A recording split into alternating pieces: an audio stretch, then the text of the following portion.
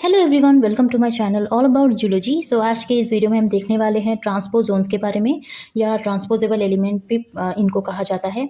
और भी बहुत सारा नाम होता है इनका, जैसे कि इनको जंपिंग जीन्स कहा जाता है, इंसर्शन सीक्वेंसेस कहा जाता है, कैसेट्स कहा जाता है, मोबाइल डीएनए एलिमेंट कहा जाता है। सो ये क्या होते हैं? शॉर्ट डीएनए सीक्वेंस होते हैं जिनके पास ये एबिलिटी होती है कि ये वन लोकेशन से अदर लोकेशन में जो है मूवमेंट शो करते हैं, दूसरे के जीनोम में जाके ये क्या करते हैं? इंसर्ट होते हैं। वही ये रेप्लिकेशन के थ्रू जो है अपना डुप्लीकेट कॉपी बनाते हैं, और ये प्रोसेस को जो है ट्रांसपोजिशन कहा जाता है। और जो ट्रांसपोजिशन शो करते हैं उनको ट्रांसपोजेबल एलिमेंट या ट्रांसपोजोन्स कहा जाता है। अगर सिंपली समझे तो ये क्या होगा? ये शॉर्ट डीएनए सीक्वेंस है, ठीक है। ये क्या करते हैं? जंपिंग के थ्रू ये जंप करते हैं, उस डीएनए सीक्वेंस से दूसरे डीएनए सीक्वेंस में जाके ये इंसर्ट होते हैं। सो इसीलिए इनको जंपिंग जीन्स कहा जाता है। और इंसर्ट होते हैं, इंसर्शन सीक्वेंस कहा गया है। मोबाइल एलिमेंट होते हैं, मतलब जो मूवमेंट शो करते हैं, मतलब ये एक डीएनए से दूसरे डीएनए में जंप करके जो है इंसर्ट हो जाते हैं। सो उसी को कहा गया है ट्रांसपोजेबल एलिमेंट या ट्रांसपोजोन्स। ये ट्रांसपोजेबल एलिमेंट जो होंगे, इनको जो है सेल्फिश डीएनए भी कहा जाता है। सेल्फिश डीएनए का मतलब है कि ये जिस डीएनए में जाके इंसर्ट होते हैं, मतलब जो होस्ट डीएनए होगा या होस्ट सेल होगा, उसके लिए जो है ये ट्रांसपोजोन कोई काम का नहीं होता है, ठीक है। उसके लिए वो आगे जो है अच्छे से फंक्शन नहीं कर पाएगा, जो कि उस डीएनए को इसने क्या किया है, ये ट्रांसपोजोन ने डिस्टर्ब किया है। मतलब वो क्या करेगा कि वो अच्छे से फंक्शन कर रहा था, अपना डबल स्ट्रैंडेड डीएनए उनका अच्छा खासा था, बट इसने क्या किया है, उसके पास जाकर ये कहीं पर अटैच हो जाता है, ठीक है, जिससे वो डीएनए सीक्वेंस जो है डिस्टर्ब होता है, आगे जाके वो अच्छे से फंक्शन नहीं कर पाता। तो अपने भलाई के लिए ये ट्रांसपोजोन्स दूसरे के पास जाके बाइंड करता है। तो एक तरीके का ये सेल्फिश होता है, इनको सेल्फिश डीएनए कहा जाता है।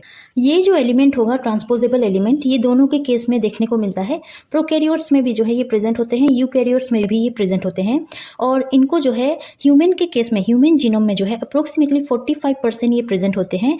वही अप टू ग्रेटर देन 80% जो है ये प्लांट के केस में जो है प्रेजेंट होते हैं, जैसे कि मेज में। सो अगर हम इनका टाइप देखें तो ट्रांसपोजेबल एलिमेंट जो होंगे ये दो टाइप के होते हैं। एक होता है ट्रांसपोजोन्स और दूसरा होता है रेट्रो ट्रांसपोजोन्स। ट्रांसपोजोन्स को क्लास 2 एलिमेंट्स कहा जाता है, रेट्रो ट्रांसपोजोन्स को क्लास 1 एलिमेंट कहा जाता है। ट्रांसपोजोन्स जो क्लास 2 एलिमेंट होंगे वो क्या होते हैं? वो ऐसे एलिमेंट होते हैं जो ट्रांसपोज करते हैं न्यू साइट में, मतलब ये मूवमेंट शो करते हैं जहाँ पर ये जाके बाइंड करते हैं। न्यू साइट में जो ये बाइंड करते हैं, ये डायरेक्टली जाके बाइंड करते हैं। आप ये यहाँ पर डायग्राम वाइज देखो, ये जो है डीएनए का सीक्वेंस है, ठीक है। ये एक डीएनए है, वहाँ पर ये ट्रांसपोजोन्स जो है प्रेजेंट है। अब ये ट्रांसपोजोन डायरेक्टली जाएंगे जंपिंग के थ्रू, ये दूसरे डीएनए के पास जाके इस तरीके से बाइंड होते हैं या इंसर्ट होते हैं। सो ये एक डीएनए से दूसरे डीएनए में डायरेक्टली जाके इस तरीके से ये इंसर्ट होता है, तो इसको कहेंगे ट्रांसपोजोन्स या क्लास 2 एलिमेंट्स। वही इनको जो है कट और कॉपी एंड पेस्ट भी कहा जाता है। मतलब ये क्या करते हैं, अपने आप को यहाँ से कट करते हैं, मतलब ओरिजिनल साइट से ये अपने आप को कट करते हैं, देन ये अपना कॉपी जो है इस तरीके से ये यहाँ से बाहर निकालते हैं और ये पेस्ट करते हैं, अपने आप को दूसरे डीएनए में जाके इंसर्ट करते हैं या पेस्ट करते हैं, ठीक है। इसीलिए इनको कट और पेस्ट कहा जाता है। सो रेट्रो ट्रांसपोजोन्स क्या है? ये क्लास 1 एलिमेंट है। ये ऐसा एलिमेंट होगा जो अपने आप को पहले तो ट्रांसक्रिप्शन के थ्रू आरएनए बनाएगा, देन ये रिवर्स ट्रांसक्रिप्शन के थ्रू डीएनए बनाएगा, देन ये जाके दूसरे के डीएनए में इस तरीके से इंसर्ट होता है। सो यहाँ पर ये डीएनए का सीक्वेंस होगा, यहाँ पर रेट्रो ट्रांसपोजोन प्रेजेंट है, यहाँ पर ये आरएनए पॉलीमरेज के हेल्प से जो है ट्रांसक्रिप्शन के थ्रू ये आरएनए फॉर्म करता है, देन अगेन रिवर्स ट्रांसक्रिप्शन के थ्रू ये डीएनए फॉर्म करता है, देन टारगेट डीएनए के पास जाके इस तरीके से बाइंड करता है। पहले टारगेट डीएनए देखने में ऐसा था, अब जो है ये बीच में कहीं पे इस तरीके से ये बाइंड करता है, ठीक है। सो इसको कहा गया है रेट्रो ट्रांसपोजोन्स। तो ये दो टाइप के होते हैं, transposons and retro transposons. Transposons को जो है अच्छे से देखते हैं।